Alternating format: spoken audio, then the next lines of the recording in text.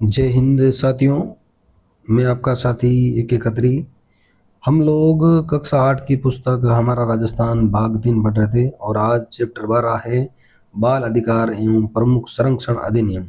तो ये पार्ट भी आपके लिए इम्पोर्टेंट है क्योंकि कई बार क्वेश्चन इस तरह के आ जाते हैं और इसमें कई ऐसी चीज़ें हैं जैसे रीट है, फर्स्ट ग्रेड है, सेकंड ग्रेड है, उनके लिए NAP है या RTE है, उनसे क्वेश्चन उनके लिए खूब पूछे जाते हैं।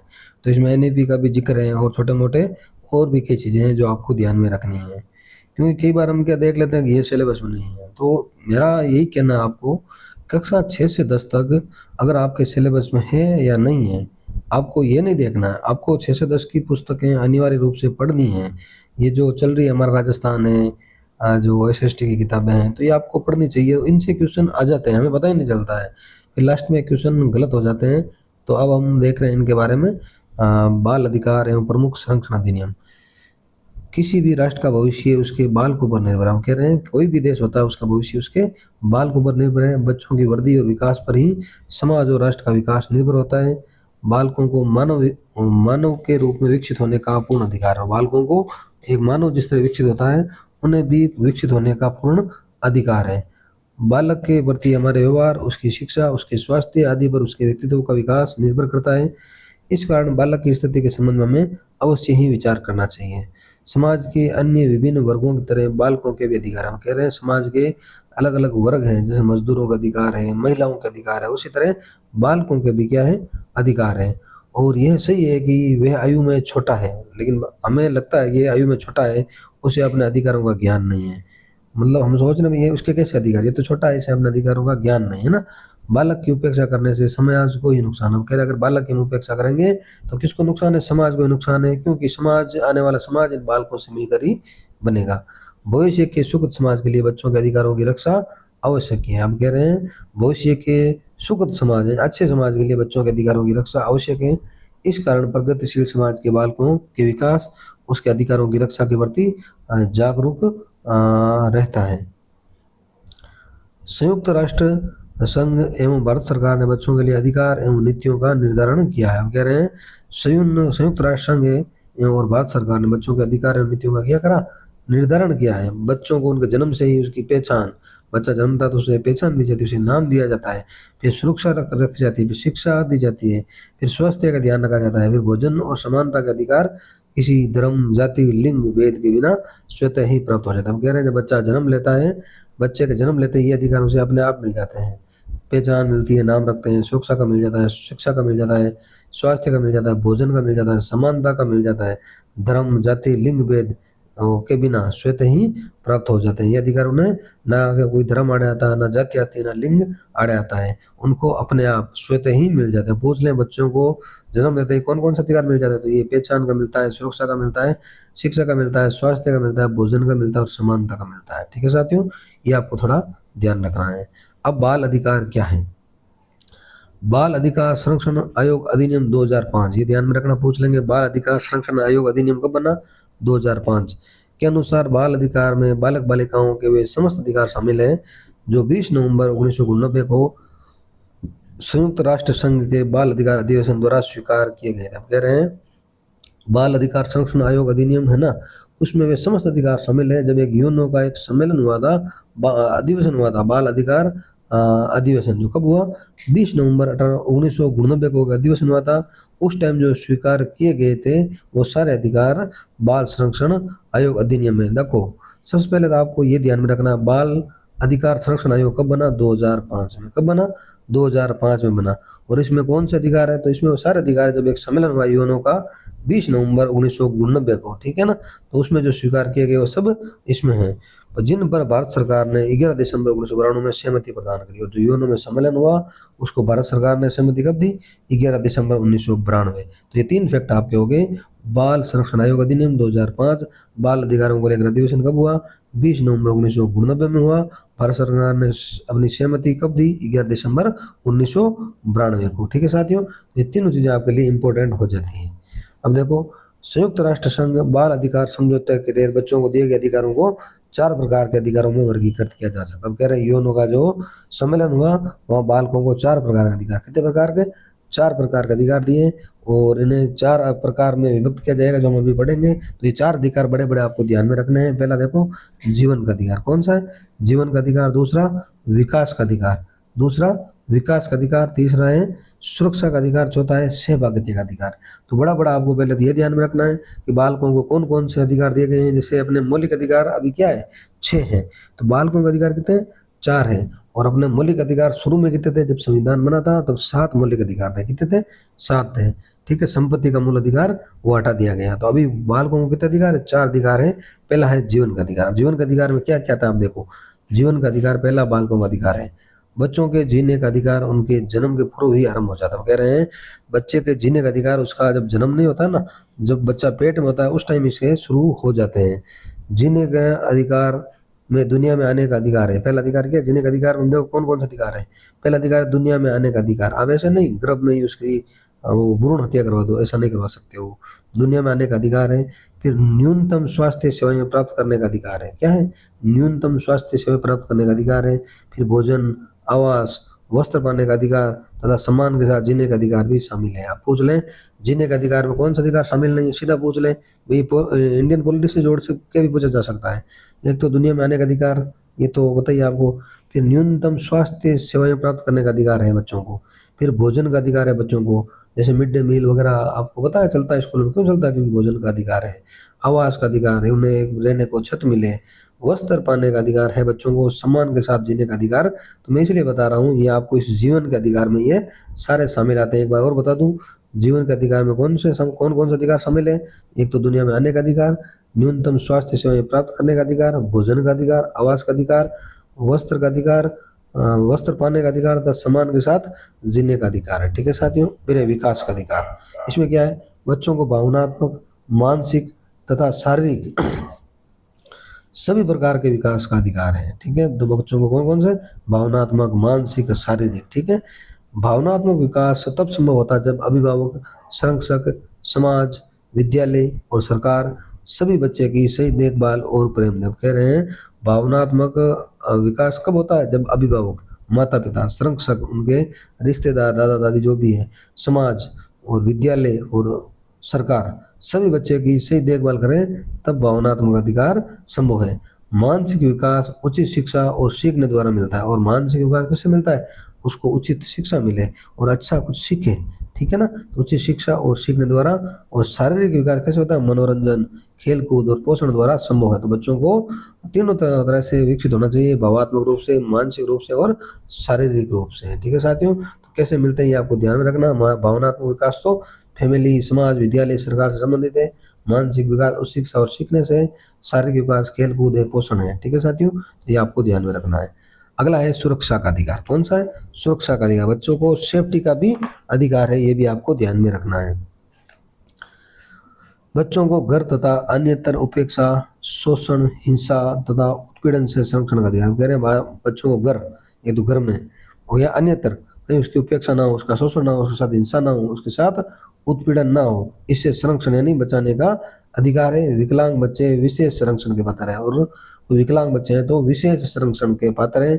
प्राकृतिक आपदा की स्थिति में बच्चों को सबसे पहले सुरक्षा प्राप्त करने का अधिकार। हम कह रहे हैं कोई प्राकृतिक आपदा आ गई है तो सबसे पहले बच्चों को सुरक्षा पाने का अधिकार। हम पूछ लें क्वेश्चन सीधा, कोई प्राकृतिक आपदा है तो सबसे पहले किसको सुरक्षा का अधिकार है? तो बच्चों को। ठीक है साथियों, तो छोटी छोटी चीजें कई बार क्या घूम फिर के आ जाती है, हम फिर सोचते हैं यार ये क्वेश्चन कहाँ से आ गया, उस किताब में से नहीं आया, यहाँ से नहीं आया। तो आपको यहाँ ध्यान रखना है। तो ये मौलिक अधिकारों से जोड़ के भी पूछा जा सकता है। ठीक है साथियों, तो ये आपको छोटी छोटी चीजें हैं याद रखनी है। अगला है सहभागिता का अधिकार। सहभागिता, बच्चों को ऐसे फैसले या विषय में भागीदार करने का अधिकार है जो उसे प्रत्यक्ष और अप्रत्यक्ष रूप से प्रभावित करता है। आप कह रहे हैं बच्चों को ऐसे फैसले में शामिल करना चाहिए जो बच्चों को प्रत्यक्ष या अप्रत्यक्ष रूप से प्रभावित करे। हाँ, जहाँ वो समझे ना समझे अलग चीज है, लेकिन हमें उन्हें समझाना है। ठीक है ना, क्योंकि कोई भी माँ के पेट से सीख कर नहीं आता है, वो धीरे धीरे सीखता है। बच्चों की आयु एवं परिपक्वता के अनुसार इस भागीदारी का अनेक स्तर हो सकते हैं। आप कह रहे हैं बच्चों की उम्र और उसकी परिपक्वता, मेच्योरिटी के अनुसार इस भागीदारी ने सहभागिता के अलग अलग स्तर हो सकते हैं, अलग अलग तरह से सिखाया जा सकता है अलग अलग उम्र में। ठीक है साथियों, तो आपको ये 4 अधिकार ध्यान रखने हैं। देखो, सहभागिता का अधिकार, सुरक्षा का अधिकार, विकास का अधिकार और जीवन का अधिकार, ठीक है। और बाल अधिकार संरक्षण अधिनियम 2005 में बना, और यूएनओ का अधिवेशन 20 नवंबर 1989, और भारत सरकार ने 11 दिसंबर 1992 को अपनी सहमति प्रदान करी है।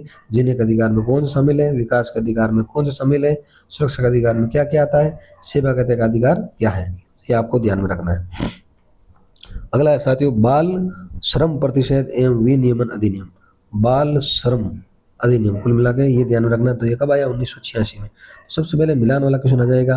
बाल संरक्षण आयोग दे देंगे एक साइड, बाल श्रम दे देंगे एक साइड, वो दे देंगे PCPNDT एक तरफ, बाल विवाह प्रतिषेध दे देंगे। तो ये चीजें कैसे भी इधर उधर जोड़ के आपसे पूछ ली जाएगी, इसलिए आपको थोड़ा इनके बारे में ध्यान रख लेना है, ठीक है साथियों। तो अब देखो, बाल श्रम प्रतिषेध एवं विनियमन अधिनियम 1986। बाल श्रम सभी विकासशील समाज की समस्या। आप कह रहे हैं बाल श्रम सभी विकासशील जितने समाज है सबकी ये एकमात्र समस्या है। भारत की विशिष्ट परिस्थितियों, खेती से लेकर कारखानों तक उत्पादन लागत कम करने के लिए बाल श्रमिकों को नियोजित किया जाता है। हम कह रहे हैं भारत की विशिष्ट परिस्थितियों, नहीं कई परिस्थितियों से लेकर, खेती से लेकर कारखानों तक लागत, यानी मजदूरों को पैसा कम देना पड़ा, इसलिए क्या किया जाता है, बाल श्रमिकों को नियोजित किया जाता है, तथा इन स्थलों पर उनका शोषण भी किया जाता है। और कह रहे हैं इन स्थलों पर बच्चों का क्या किया जाता है, शोषण भी किया जाता है। राजस्थान में कोटा, गलीचा, दिया सलाई, पटाखा उद्योग, ईंट उद्योग, मार्बल खानों, रंगाई छपाई की इकाइयों, घरेलू कार्यों, होटल एवं ढाबों में बालक श्रमिकों को काम पर रखा जाता है। हम कह रहे हैं इन जगहों पर ये बालक काम करते हैं। आप कभी चाय वाय पीने गए तो आप कई बार सुनते हो, छोटू 2 चाय लेके आ, ये छोटू 1 सिगरेट लेके आ, ऐसा सुना होगा। तो यही वही बच्चे हैं, और ये अधिनियम उन बच्चों के लिए बना है, ठीक है।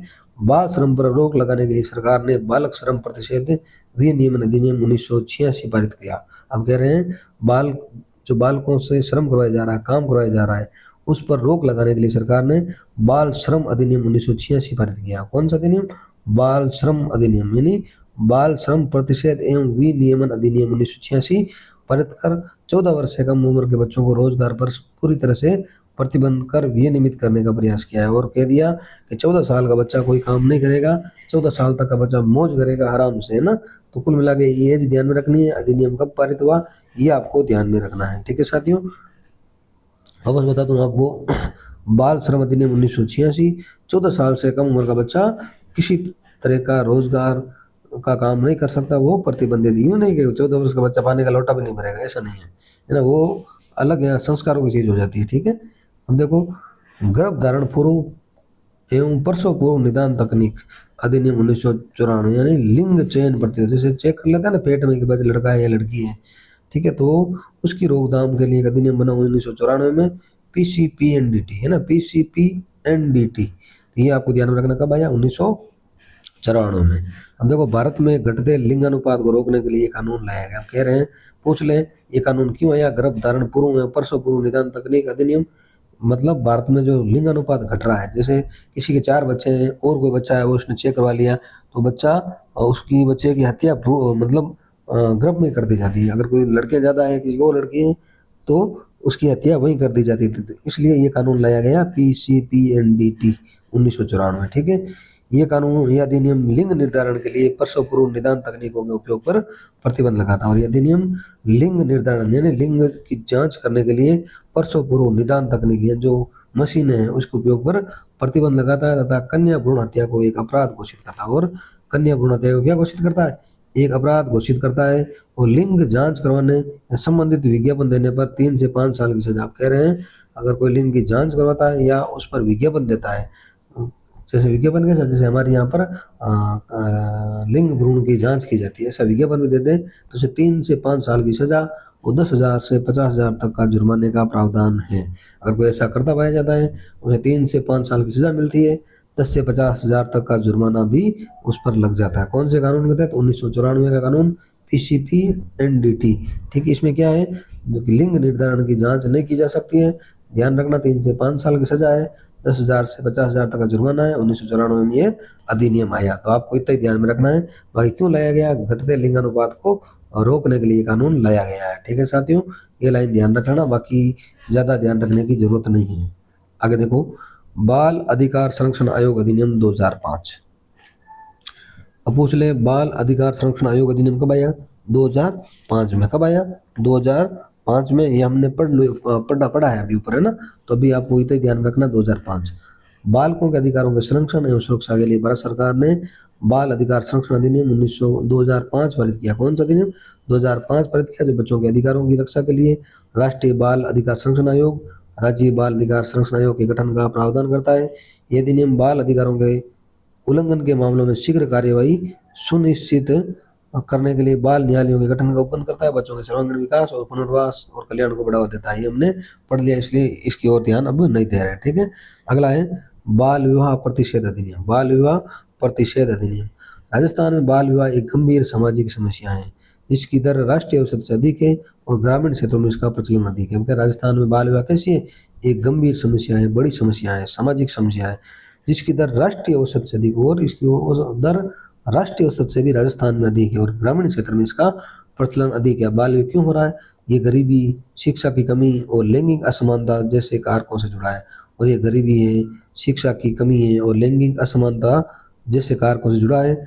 बाल विवाह के कारण बालिकाओं की शिक्षा बाधित होती है। अब कह रहे हैं अगर किसी का बाल विवाह हो जाता है तो उन बालिकाओं की शिक्षा बाधित हो जाती है, उनके स्वास्थ्य पर विपरीत प्रभाव पड़ता है और व्यक्तिगत और आर्थिक विकास के अवसर सीमित हो जाते हैं। और उनके स्वास्थ्य पर क्या पड़ता है? विपरीत प्रभाव। भाई शादी हुई तो कल को बच्चा होगा, तो बच्चा होगा तो कम उम्र में हो रहा है तो स्वास्थ्य पर विपरीत प्रभाव पड़ेगा। व्यक्तिगत और आर्थिक विकास के अवसर सीमित हो जाते हैं। बाल विवाह के कारण बालिकाओं को कमाने एवं समाज में योगदान की क्षमता कम हो जाती है और उनका बाल विवाह हो जाता है तो फिर तो कुछ कर नहीं पाती, तो कमाने और समाज में अपना योगदान उनका कम हो जाता है। बाल विवाह से प्रभावित बालिकाओं में चिंता, सामाजिक समायोजन की समस्या, असुरक्षा की भावना और अवसाद का खतरा बढ़ जाता है। और उसका बाल विवाह हो जाता है तो उसकी चिंता बढ़ जाती है, सामाजिक समायोजन की समस्या आ जाती है, असुरक्षा की भावना, अवसाद का खतरा बढ़ जाता है। राजस्थान ही नहीं, संपूर्ण भारत में बाल विवाह एक गंभीर समस्या के रूप में उभरा है। कह रहे हैं सिर्फ बात राजस्थान की नहीं है, पूरे भारत में बाल विवाह एक गंभीर समस्या के रूप में उभरा है। इस गंभीर समस्या के समाधान के लिए भारतीय संसद ने 2006 में बाल विवाह प्रतिषेध अधिनियम पारित कर एक कानून बनाया जो 1 नवंबर 2007 से लागू। अब कह रहे हैं भारतीय संसद ने इस समस्या के समाधान के लिए 2006 में, कब? 2006 में बाल विवाह प्रतिषेध एक्ट बनाया है और जो 1 नवंबर 2007 को लागू हुआ। ये डेट ध्यान में रखनी है आपको, 1 नवंबर 2007। ठीक है, इसमें क्या देखो, बाल विवाह क्या एक अपराध है। विवाह करने या कराने या उसमें किसी भी तरह से भागीदारी करने वाले को बाल विवाह प्रतिषेध अधिनियम 2006 के अंतर्गत कानूनी कार्रवाई का सामना करना पड़ेगा। अगर आपके सामने बाल विवाह कहीं हो रहा है तो आपको वो रुकना चाहिए, हो सकता है आप किसी का भला कर सको। ठीक है, यह अधिनियम बाल विवाह को पूर्ण प्रतिबंध करता है और यह अधिकार बाल विवाह को पूर्ण क्या करता है? प्रतिबंध करता है, जिसमें पुरुष के लिए उम्र 21 वर्ष, महिला के लिए 18 वर्ष की न्यूनतम आयु निर्धारित की गई है। अगर किसी लड़के की उम्र 20 साल में हो रही है या 20.5 साल में हो रही है तो वो अपराध है, और लड़के की उम्र 18 से कम है तो भी वो अपराध है। ठीक है, तो ये प्रतिबंधित करता है। इस अधिनियम के तहत कानूनी आयु से कम उम्र में किए गए विवाह अमान्य होते हैं। हम कह रहे हैं इससे कम उम्र में किसी ने शादी करी है तो अनवैलिड है, अमान्य है। और ऐसा करने वाले और उसमें शामिल होने वाले व्यक्ति को सजा का प्रावधान। और ऐसा करने वाले, जैसे किसी का बाल विवाह हो रहा है, आप जिम में चले गए तो भी आप अपराधी हो। अब आगे से सोच समझ के जाना, पुलिस वाले पकड़ के ले जाएंगे, भाई आपने वहां पर जिमा था तो आपको नहीं जाना है। ठीक है ना, तो शामिल होने वाले व्यक्ति को सजा का प्रावधान है। यह अधिनियम बाल विवाह पीड़ितों को आवश्यक सुरक्षा एवं सहायता प्रदान करता है। कह रहे हैं यह अधिनियम बाल विवाह जो पीड़ित हैं उन्हें आवश्यक सुरक्षा और सहायता प्रदान करता है। समाज में बाल विवाह के प्रति जागरूकता को भी ये एक्ट बढ़ाता है। ठीक है साथियों, तो ये आपको ध्यान में रखना है। अब पूछ लें बाल विवाह प्रतिषेध अधिनियम कब आया? 2006 में। कब आया? 2006 में। उम्र कितनी तय करी? 18 और 21, यानी 21 का लड़का, 18 की लड़की। लागू कब हुआ? 1 नवंबर 2007। कब हुआ? 1 नवंबर 2007 को ये लागू हुआ। ठीक है साथियों, तो इनमें क्या मैं कम इसलिए बता रहा हूँ क्योंकि ये हमने क्या सीधे सिलेबस में नहीं, इनके लिए बारे में ऊपर से ध्यान रखोगे तो भी काम हो जाएगा। ठीक है, अब शिक्षा का अधिकार अधिनियम, ये हम अलग से पढ़ेंगे, इसलिए यहाँ पर नॉर्मली बताऊंगा मैं। ठीक है, शिक्षा का राइट टू एजुकेशन, RTE सुना होगा आपने। RTE मतलब प्राइवेट स्कूलों में भी आजकल एडमिशन होते हैं 25% सीटों पर। ये पूरा एक्ट है, इसमें कई अध्याय है, कई धाराएं हैं, आपको देखनी है और कुछ महत्वपूर्ण धाराएं हैं वो भी आपको याद रखनी है। ठीक है ना, क्योंकि वहां से क्वेश्चन सीधे आ जाते हैं। ठीक है साथियों, तो RTE बाल अधिकार संरक्षण की दिशा में प्रयास करते हुए संसद ने 86वें संविधान संशोधन अधिनियम 2002 द्वारा 6 से 14 वर्ष के बच्चों के शिक्षा के अधिकार को मौलिक अधिकार यानी अनुच्छेद 21(1) के रूप में मान्यता दी, जिसे लागू करने के लिए संसद ने निःशुल्क एवं अनिवार्य बाल शिक्षा का अधिकार अधिनियम 2009 पारित किया, जो 1 अप्रैल 2010 से लागू कर दिया गया। अब देखो RT राइट टू एजुकेशन कब लाया गया? 2002 में। कब लाया गया? 2002 में। एक संविधान हुआ 86वां संविधान संशोधन। इसमें क्या किया गया कि 6 से 14 वर्ष का जो बच्चा है उसके शिक्षा के अधिकार को मौलिक अधिकार का दर्जा दिया गया। ठीक है, और कौन सा अनुच्छेद में? 21 में। बाप से सीधा क्वेश्चन आ जाए कि शिक्षा का अधिकार कौन से मौलिक अधिकार का हिस्सा है? तो स्वतंत्रता का अधिकार में। किसमें? जो स्वतंत्रता का अधिकार है उसमें है 14 से 18 और 18 से कितना? 21 या 22? कमेंट करके बताना, देखते हैं आपको आ रहा कि नहीं आ रहा। तो इसे स्वतंत्रता का अधिकार में शामिल किया गया है, 21 से ध्यान में रखना। और जिसे लागू करने के लिए संसद ने निःशुल्क एवं अनिवार्य बाल शिक्षा का अधिकार अधिनियम 2009 पारित किया।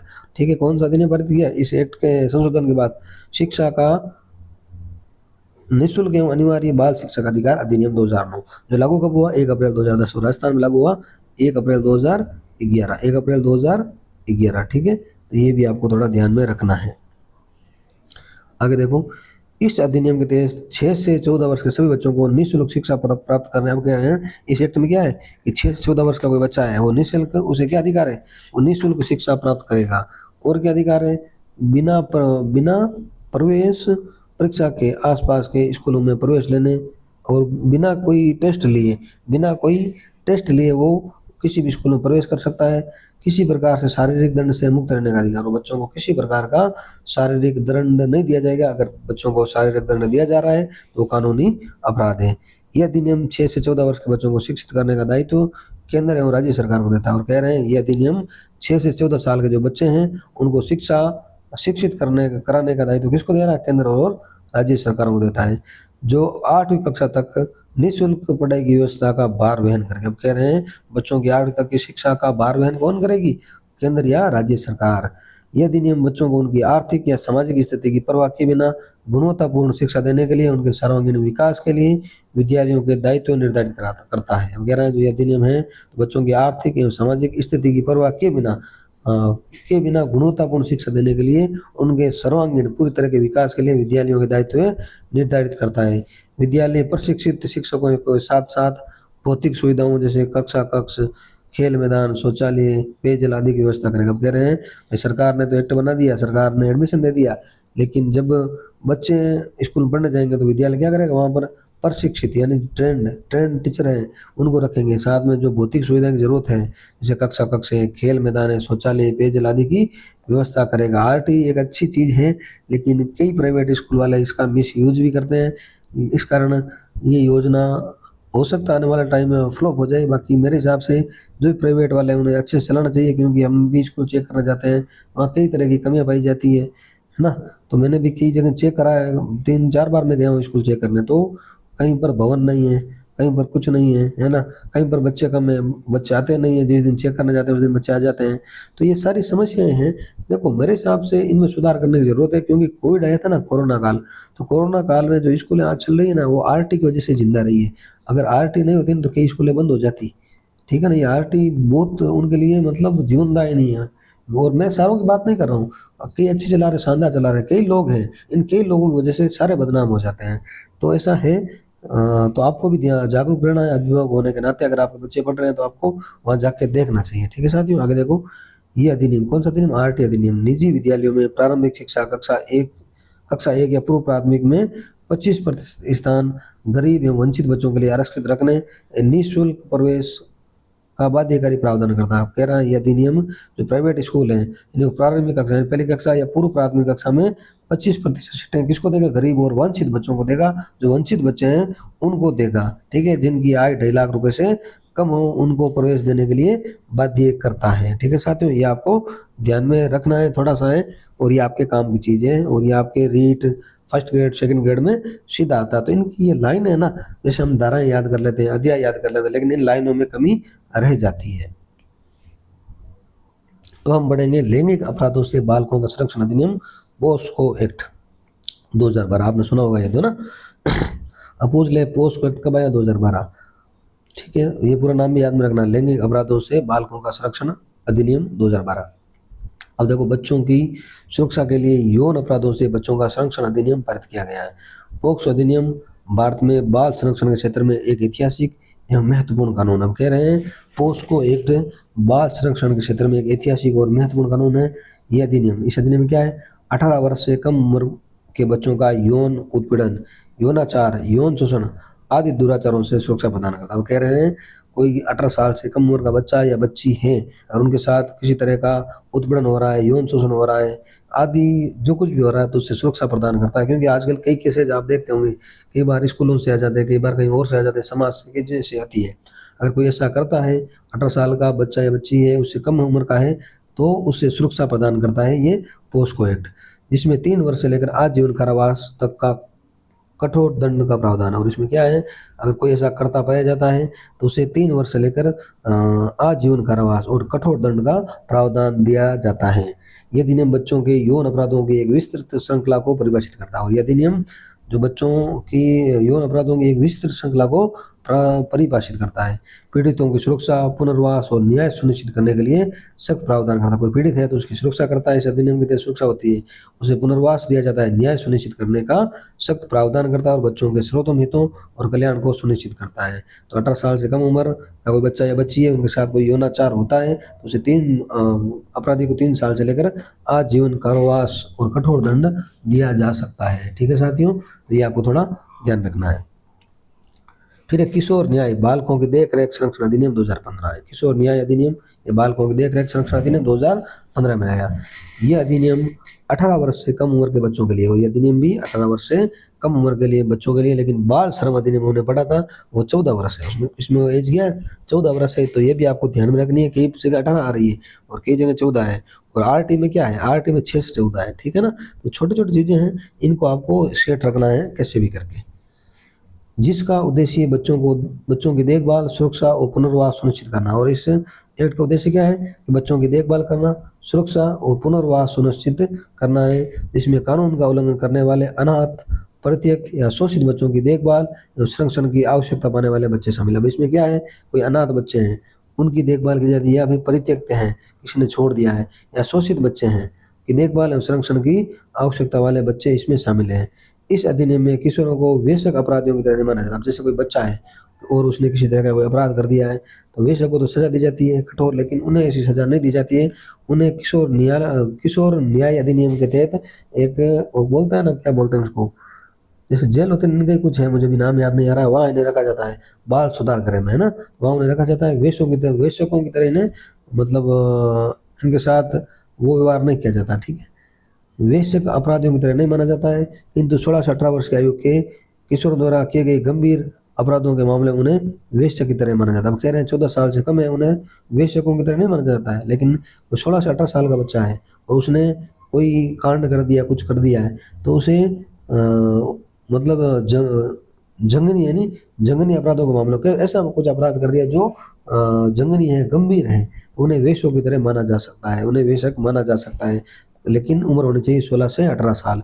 इस अधिनियम के तहत किशोर न्याय बोर्ड का गठन किया जाता है। आप कह रहे हैं इस अधिनियम के तहत किसका किशोर न्याय बोर्ड का गठन किया जाता है, पूछ लें किशोर न्याय बोर्ड का गठन किस अधिनियम के तहत, किशोर न्याय अधिनियम 2015 के तहत, जो बच्चों के सर्वोत्तम हितों को ध्यान में रखते हुए निर्णय लेते हैं, तथा यह अधिनियम बाल कल्याण समिति के गठन का प्रावधान करता है। और बाल कल्याण समिति के गठन का प्रावधान भी यह अधिनियम यानी किशोर न्याय अधिनियम करता है। देखो, एक तो किशोर बोर्ड हो गया, एक बाल कल्याण समिति CWC के गठन का प्रावधान करता है। और इसका मुख्य कार्य क्या है, जिसका मुख्य कार्य है देखभाल और संरक्षण की आवश्यकता वाले बच्चे जैसे अनाथ, परित्यक्त आदि के पुनर्वास और कल्याण का प्रबंध करती है। और यह समिति क्या करती है, देखभाल करती है बच्चों की, संरक्षण की आवश्यकता वाले बच्चे जैसे अनाथ है, परित्यक्त है आदि के पुनर्वास और कल्याण का उपबंध या प्रबंध करती है। ठीक है साथियों, तब आपके लिए एक वेरी वेरी इंपॉर्टेंट चीज आ जाती है, इसके बारे में एक्स्ट्रा बताऊंगा क्योंकि इससे क्वेश्चन पूछा जाएगा और सीधे सिलेबस में। बाकी तो क्या सीधे सिलेबस में नहीं है, इनडायरेक्टली है, तो इनडायरेक्टली तो इससे ही हो जाता है। ठीक है, अब हम इसके बारे में विस्तार थोड़ी बात करेंगे। राष्ट्रीय शिक्षा नीति NEP जो क्या है कि आजकल फर्स्ट ग्रेड, सेकंड ग्रेड सबके सिलेबस में, तो इसका मैं आपको थोड़ी चीज़ें एक्स्ट्रा बता दूंगा। पहले पढ़ते हैं NEP नेशनल एजुकेशन पॉलिसी 2020।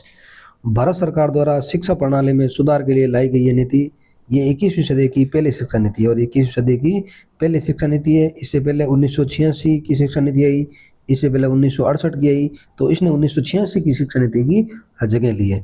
इसने 1986 की पुरानी नीति की जगह ली है।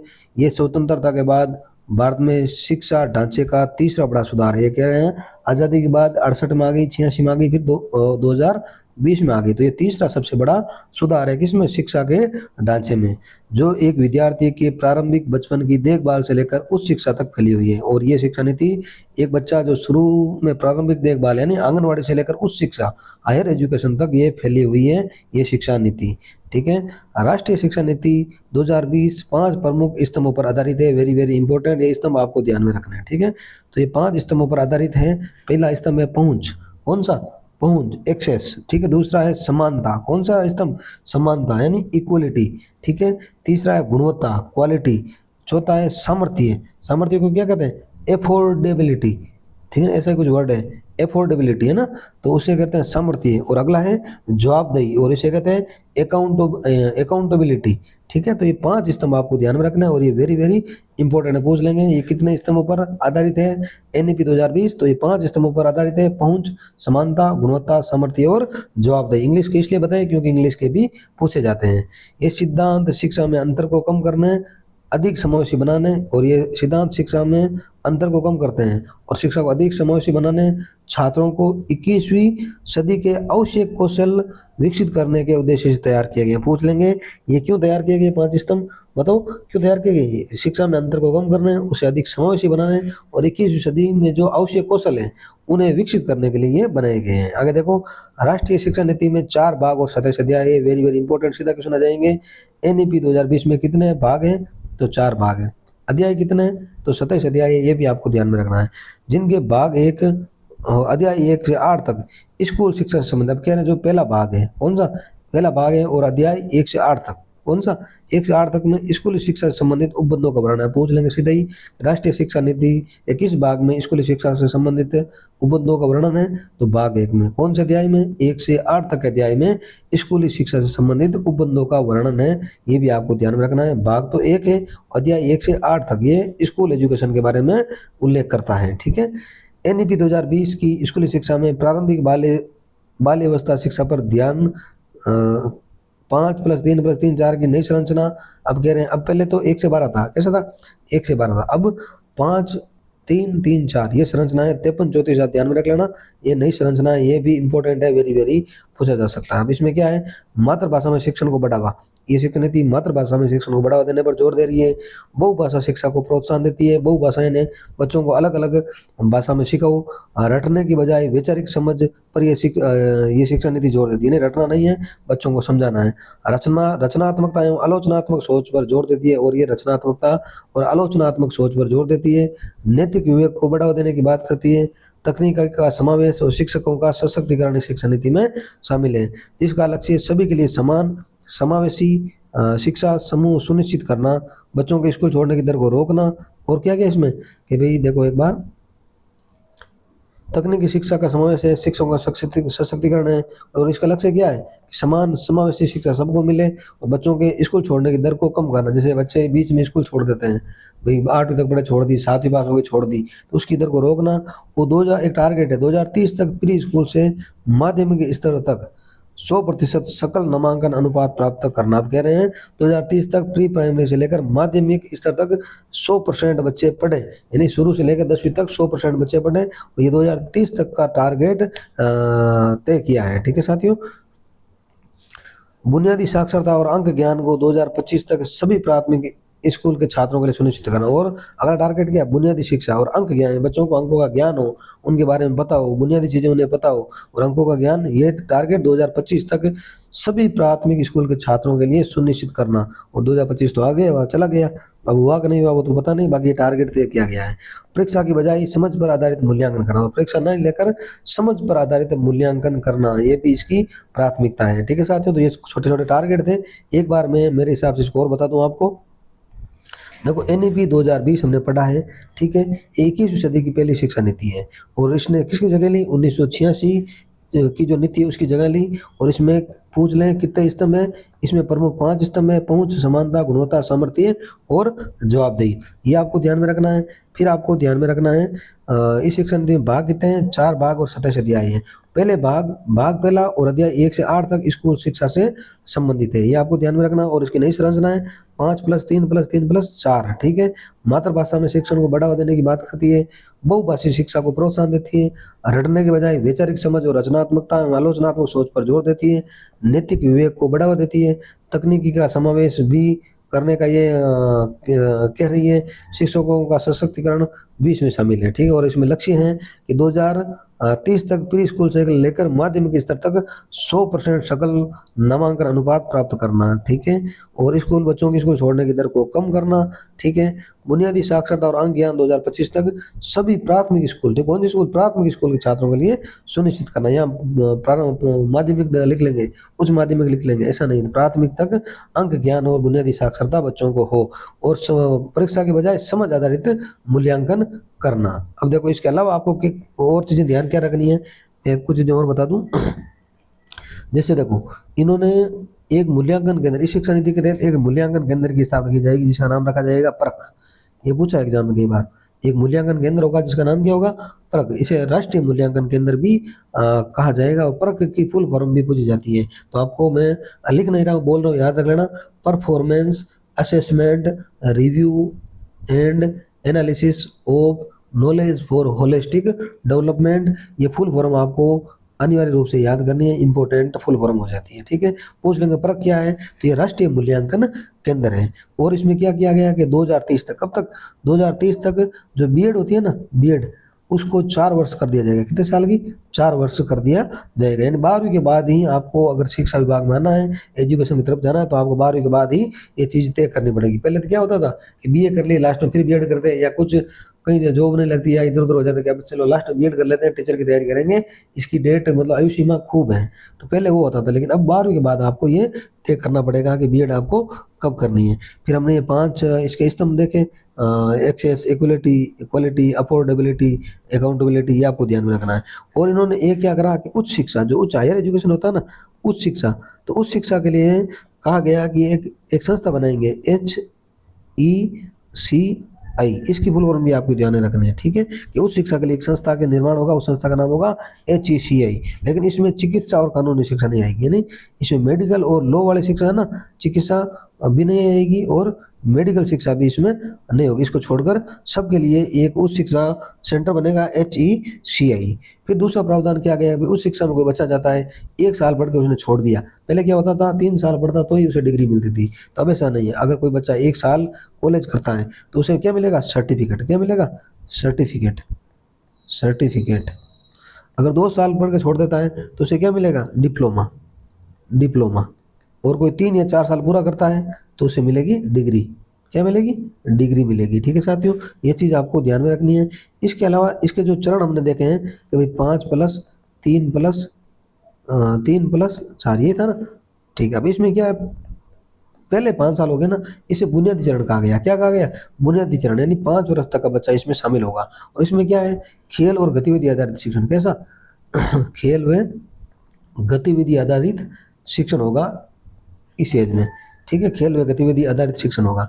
फिर मध्य चरण है ये, ठीक है। अब बच्चा इसमें हो जाता है, मतलब 6 से 8 की बात है, कक्षा 6 से 8 की बात, और बच्चा हो जाता है इसमें 11 से 14 वर्ष का। 11 से 14 वर्ष का बच्चा होगा। इसमें क्या है, इस टाइम बच्चों को व्यावसायिक शिक्षा दी जाएगी। कैसी?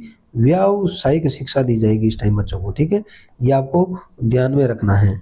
फिर है तीसरा चरण, ये वाला। अब इसमें क्या करेंगे, ये देखो इसमें क्या करा गया है कि बच्चा होगा इसमें, नहीं सॉरी यार, एक हम लोगों ने छोड़ दिया बीच में, चलो वापस देखते हैं एक बार। 5+3+3+4, देखो ये पहला है ना, इसे बुनियादी चरण है, इसमें बच्चा 5 साल तक होगा। कितने साल?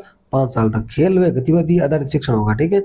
दूसरा इसमें ये प्रारंभिक चरण होगा। ये वीक से कैसे हो रहा है, मैं भूल रहा हूँ, मुझे याद करना था यार, नहीं फिर समस्या हो जाएगी, आप भूल जाओगे। हाँ अब मुझे याद आ गया, सॉरी, असुविधा के लिए खेद है, क्योंकि कई बार मैंने क्या बहुत पहले पढ़ी तो चीजें भूल जाते हैं, तो अब क्या याद आ गई। अब देखो पहला चरण है ये प्रारंभिक चरण है, शुरू का चरण है। कौन सा चरण है ये? प्रारंभिक चरण है। इसमें क्या है, इसमें 3 वर्ष तक का बच्चा आएगा। आंगनवाड़ी वाला बच्चा आपने सुना है, 3 वर्ष वाला बच्चा इसमें आएगा, यानी कक्षा 3 से 5। ठीक है, कक्षा की बात करो तो 3 से 5 कह सकते हो आप। तो इसमें क्या है कि भाषाई कौशल है। यार ये मुझे याद नहीं आ रहा, चलो यार छोड़ते हैं इसको, क्योंकि गलत नहीं करवाना, क्योंकि मुझे अभी ये चीज़ें याद नहीं आ रही हैं इसमें क्या है। 1 मिनट आप मुझे टाइम देना, मैं थोड़ा याद करता हूँ, क्योंकि देखो एग्जाम में क्वेश्चन आ जाएगा फिर गलत हो जाएगा, तो ऐसा नहीं करना। हाँ अब परफेक्ट है। पहले हम सेट ट्रैक पे चल रहे थे, मैंने सोचा गलत पढ़ लिया। तो पहला चरण है बुनियादी चरण, ठीक है, पहला बुनियादी चरण ही है, सही है। बुनियादी चरण में क्या है, आंगनवाड़ी वाली शिक्षा है, 5 साल तक का बच्चा होता है ना, तो वो 5 वर्ष का होता है, यानी खेल व गतिविधि आधारित शिक्षण होगा। पहले सही था, मैंने ऐसे ही सोच लिया। कई बार क्या ज़्यादा सोचते हैं ना, तो एग्जाम में भी ऑप्शन गलत हो जाता है, तो इसलिए आपको ज़्यादा नहीं सोचना है। ठीक है, जो आपको आए वही करना है। जैसे अभी हमने कोशिश करी कि ये गलत हो रहा है, तो लेकिन वो गलत नहीं था, वो सही था। ठीक है, तो पहला जो 5 साल का है ना, 5 वाला है, 5+3+4 है ये, 5+3+3+4, तो ये 5 साल वाला। इसमें क्या है, खेल व गतिविधि आधारित शिक्षण होगा। फिर अगला जो 3 साल है, जो अगला 3 साल है, इसमें क्या होगा कि वो बच्चा कक्षा 3 से 5 में आ जाएगा इस टाइम, और भाषाई और संख्यात्मक कौशल पर ध्यान दिया जाएगा। भाषाई प्लस संख्यात्मक कौशल पर ध्यान दिया जाएगा, भाषाई प्लस संख्यात्मक कौशल पर ध्यान दिया जाएगा। फिर मध्य चरण, फिर ये बुनियादी हो गया, ये प्रारंभिक, इस चरण को नाम दिया गया है प्रारंभिक चरण। ठीक है, फिर है मध्य चरण, कौन सा है, मध्य चरण, यानी ये अगला 3 वाला है ना, इस टाइम बच्चा 11 से 14 साल का हो जाएगा और कक्षा 6 से 8 तक आ जाएगा। इस टाइम बच्चों को क्या दी जाएगी, व्यावसायिक शिक्षा। पूछ लेंगे कौन से चरण में बच्चों को व्यावसायिक शिक्षा दी जाती है, तो मध्य चरण में। ठीक है, व्यावसायिक शिक्षा दी जाएगी, जैसे IT वगैरह होती है ना, कई ऐसी चीजें, वो दी जाएगी। फिर है माध्यमिक चरण, कौन सा है, लास्ट है माध्यमिक चरण, लास्ट 4 साल है उसमें माध्यमिक चरण। इसमें क्या है, बच्चों को बहु विषय के, अलग अलग विषय के, जैसे संकाय चुनना, जैसे बच्चा 9 से 12 में आ जाता ना, तो उस टाइम का ये पीरियड है। अगर आप लेक्चरर बनते हो तो आपको इस पे काम करना है माध्यमिक चरण पर। ठीक है, तो 14 से 18 साल का बच्चा आपके साथ होगा, और 9 से 12 तक के बच्चे भी होंगे, और उस टाइम बच्चों को बहु विषय शिक्षा दी जाएगी। तो वापस देखो एक बार, शिक्षा का नया पैटर्न है 5+3+3+4। ठीक है, इसमें क्या है, ये है बुनियादी चरण, यानी 5 वर्ष तक का बच्चा मान लो आप, और खेल व गतिविधि आधारित शिक्षण होगा। मतलब शुरू के जो साल है ना, 5 साल, वो शुरू के जब बच्चा जन्म लेता है उससे उसके शुरू के 5 साल। ठीक है, इसमें खेल व गतिविधि आधारित शिक्षण दिया जाएगा। फिर बाद में या बाद के 3 साल, इसमें क्या है, इसमें बच्चा 3 से 5 क्लास में आ जाता है, भाषाई और संख्यात्मक कौशल पर फोकस किया जाएगा।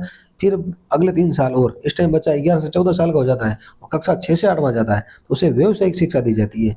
फिर अगला 4 साल, इसमें क्या है, बच्चा 14 से 18 साल का हो जाता है और कक्षा 9 से 12 में आ जाता है। इस टाइम बच्चों को बहु विषयक शिक्षा दी जाएगी। ठीक है, तो ये आपको ध्यान में रखना है। देखो थोड़ा हम भी कंफ्यूज हैं, इसके लिए असुविधा के लिए खेद है, क्योंकि कंफ्यूजन सबके होती है।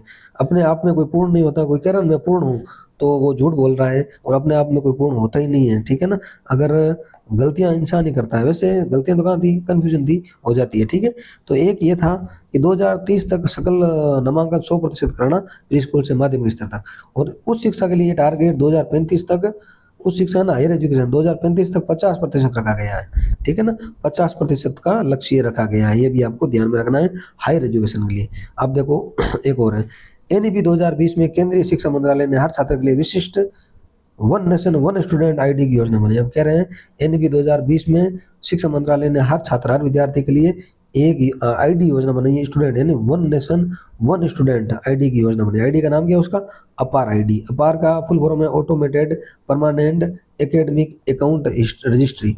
इंपॉर्टेंट है, पूछ लेंगे अपार क्या है, अपार की फुल फॉर्म क्या है, APAAR है। ठीक है ना, APAAR है, APAR नहीं, APAAR है, automated permanent academic account registry. ठीक है, और इसे 12 अंकों का ID कार्ड है, यानी 12 अंकों का एक यूनिक आइडेंटिफिकेशन होगा।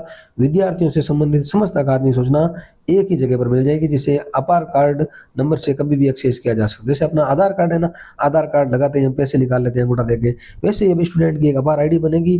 जैसे आपने उसमें पूरा रिकॉर्ड होगा, पहली क्लास से लेकर आपने कहाँ कहाँ तक पढ़ाई करी। तो अब जैसे आपने 12वीं तक स्कूल में पढ़े हो, अब आप कॉलेज में जाओगे ना, तो आपसे ये ID मांगेंगे, अपार ID। ठीक है, तो अपार ID वेरी वेरी इंपॉर्टेंट है। जैसे आधार कार्ड है, वैसे ये अपार ID है, और हमने जो पढ़ा है उसमें कोई कंफ्यूजन वाली कोई चीज़ नहीं है, अब बेफिक्र रहो आप। ठीक है, थोड़ा सा आपको ध्यान में रखना है।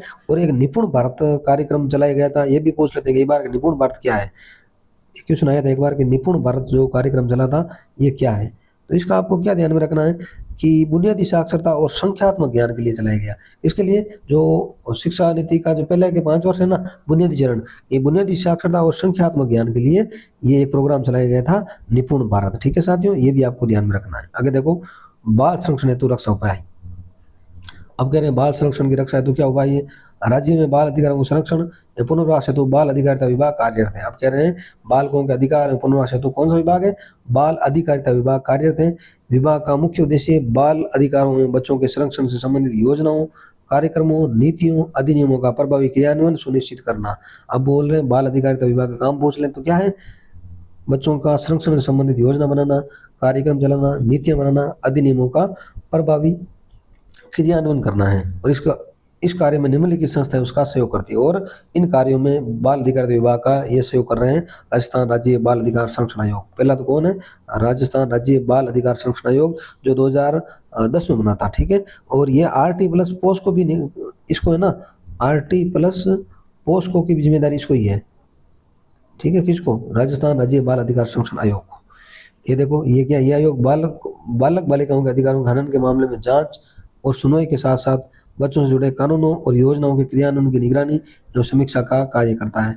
और ये क्या करता है? देखो वापस देखो एक बार, ये आयोग कौन सा आयोग? राजस्थान राज्य बाल अधिकार संरक्षण आयोग। यह आयोग बालक बालिकाओं के अधिकारों का हनन हो गया तो उनके मामलों की जांच करता है, सुनवाई करता है, उसके साथ साथ बच्चों से जुड़े कानूनों और योजनाओं के क्रियान्वयन की निगरानी करता है और समीक्षा का भी काम करता है राजस्थान राज्य बाल अधिकार संरक्षण आयोग। निःशुल्क एवं अनिवार्य बाल शिक्षा अधिकार अधिनियम 2009, लैंगिक अपराधों से बालकों का संरक्षण अधिनियम यानी पोस्को 2012 की निगरानी की जिम्मेदारी की भी इस आयोग को दी गई, जो मैंने अभी बताई थी आपको। ठीक है, तो ये हो गया राजस्थान राज्य बाल अधिकार संरक्षण आयोग। अब है राजस्थान राज्य बाल संरक्षण समिति। ये समिति क्या करती है वो भी देख लो। वैसे अब तो नॉर्मल सा ऐसा कुछ है नहीं।